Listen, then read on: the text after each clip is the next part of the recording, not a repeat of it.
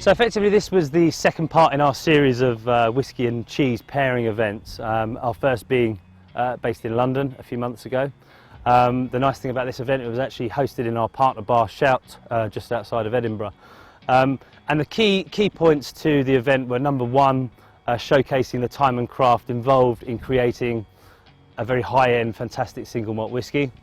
Number two was actually showing how Spiritfilled put our mark on those whiskies, each individual expression.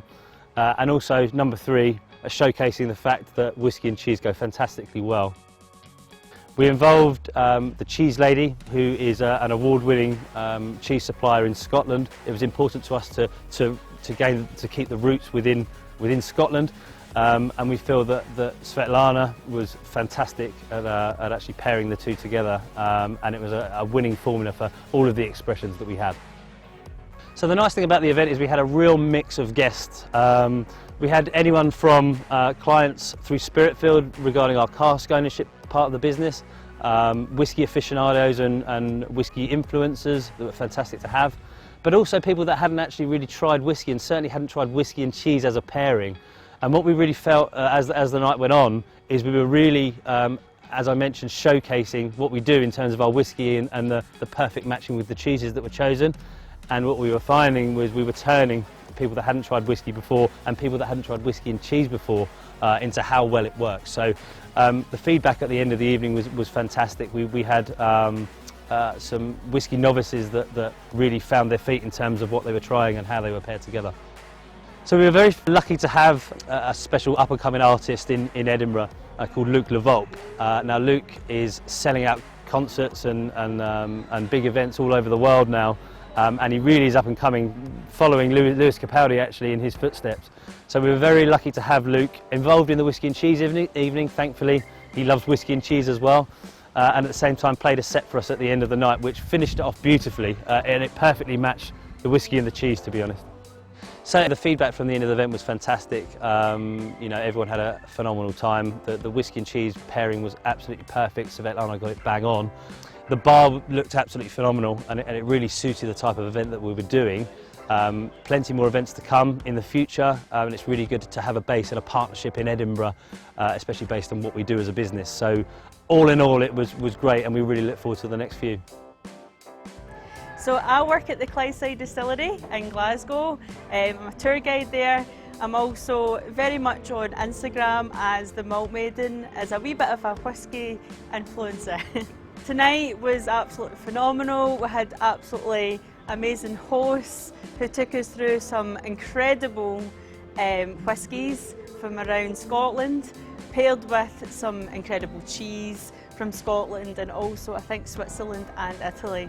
But each pairing was absolutely perfect and it was just a phenomenal evening.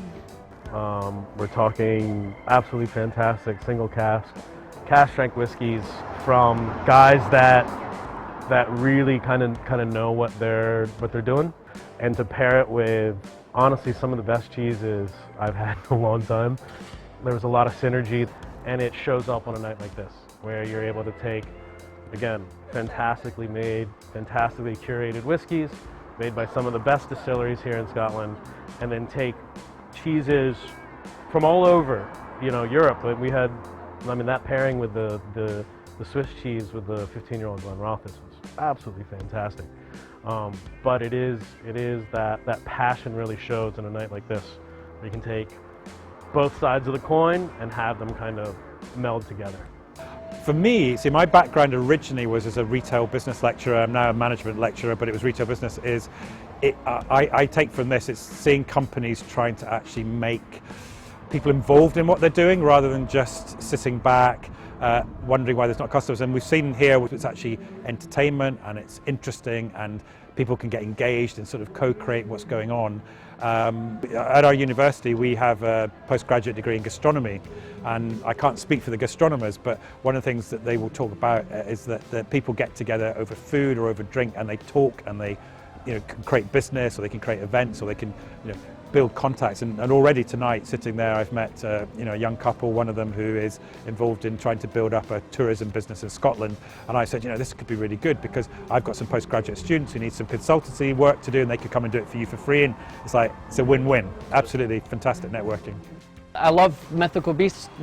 Experiences like this are actually something that I'd love to bring my dad along to, for example, because I myself have been able to experience a single cask 30-year-old Bruichladdich, which that's something I'll talk about for years, along with a Tormore and an Ardlair. They're two unusual distilleries with unusual finishes that the guys have done a phenomenal job with.